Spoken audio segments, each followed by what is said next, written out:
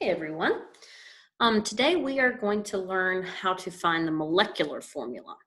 Now, if you're looking at your notes right now, you should be on the back of page 8 of your packet. And I don't know if your sheet says this, but we're not learning about hydrates, so you can cross that out. Just like the last two lessons, you need a periodic table in front of you as well as a calculator. So before we can talk about what a molecular formula is, we first need to review empirical formulas. So keep in mind that an empirical formula is the lowest ratio of elements in a compound. Now, how is the molecular formula different from that? The molecular formula is the true formula. And it is often a multiple of the molecular formula.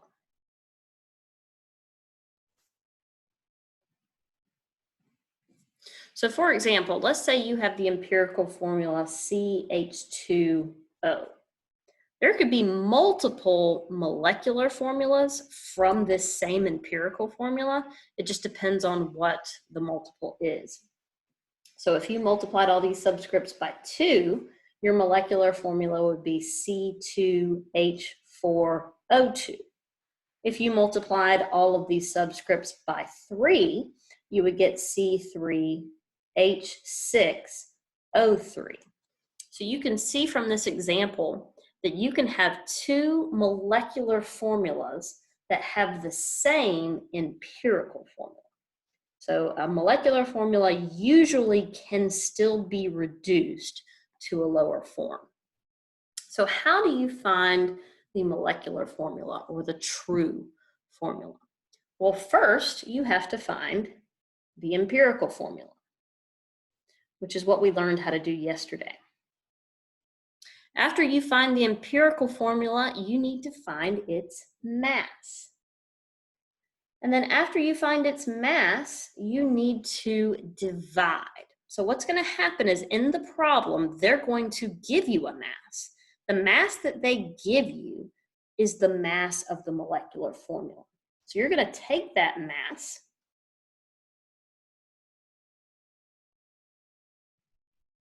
and you're going to divide it by the mass of the empirical formula.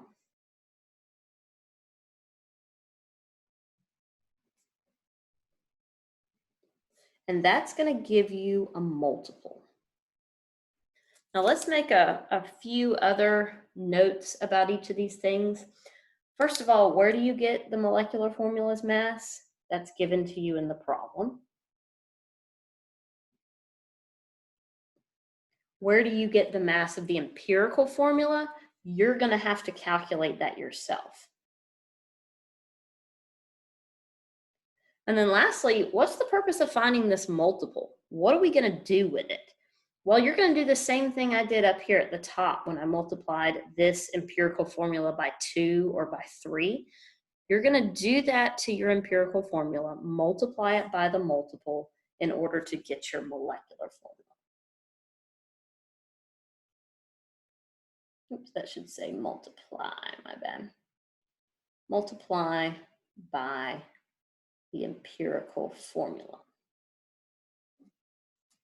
All right, so let's just jump right in and do an example. It says succinic acid is composed of 40.68% carbon, 5.08% hydrogen, and 54.24% oxygen, and it has a molar mass of 118.1 grams per mole. Determine the empirical and the molecular formulas for succinic acid. Well, we need to start by finding the empirical formula. So we're going to follow the same rules that we wrote down on the front of this sheet, starting with changing these percentages into grams. So I'm going to list out my elements, and it's not always carbon, hydrogen, and oxygen. That just happens to be the examples that I've used in these notes. So for carbon, we have 40.68 grams.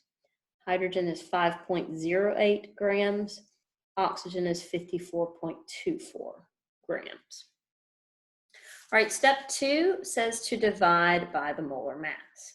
Well, you may remember it's the same molar mass as we used yesterday. So I'm going to divide carbons by 12, hydrogens by 1, oxygen by 16. 40.68 divided by 12. And remember, I want to keep my answer to 2 decimal places since this number is to 2 decimal places. So my answer is going to be 3.38. For hydrogen, I get 5.08. And then for oxygen, 54.24 divided by 16, I get 3.39. And remember, each of these is moles.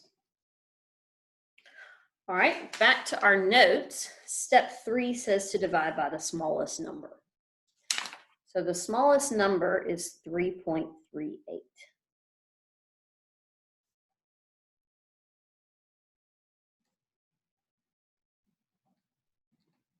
All right, so I get 1.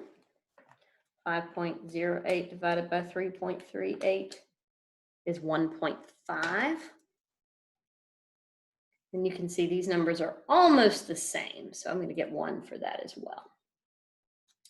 Well, this step did not give me whole numbers, so now I need to multiply by a multiple to make them whole numbers. So since I see this 0.5, I remember from yesterday that when I see a 0.5, I should multiply by 2.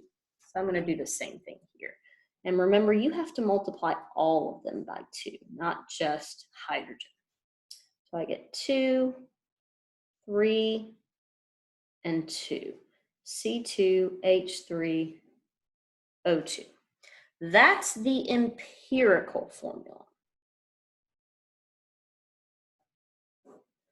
Now, to find the molecular formula, let's look at our steps up here.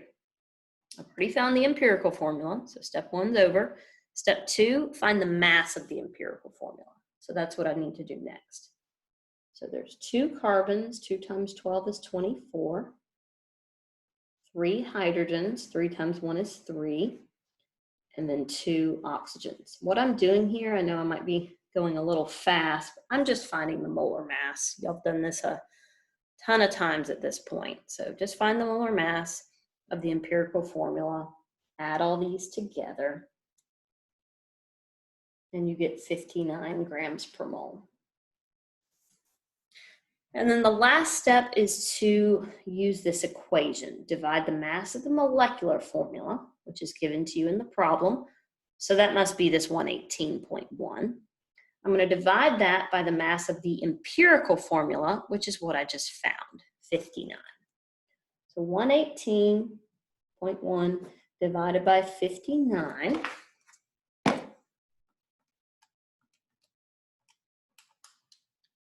gives me 2. And remember, what are you doing with that 2? You're multiplying by the subscripts of the empirical formula.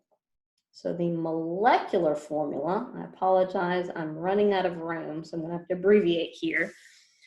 2 times 2 is 4, so C4. 2 times 3 is 6, H6. And then 2 times 2 is also 4. So C4H6O4 is my molecular formula. All right, now sometimes you'll notice in the problems you're going to be working today, sometimes it's kind of easy to do problems like this because they already give you the empirical formula. So you're basically starting here. You find the mass, divide it into the mass they give you in the problem, and then solve for your molecular formula.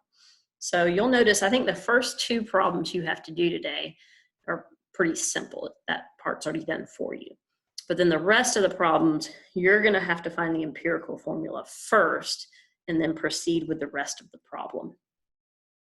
All right, so we are on day 9.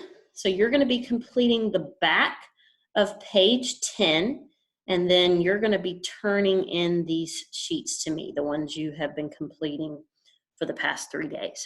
So let me know if you need any help.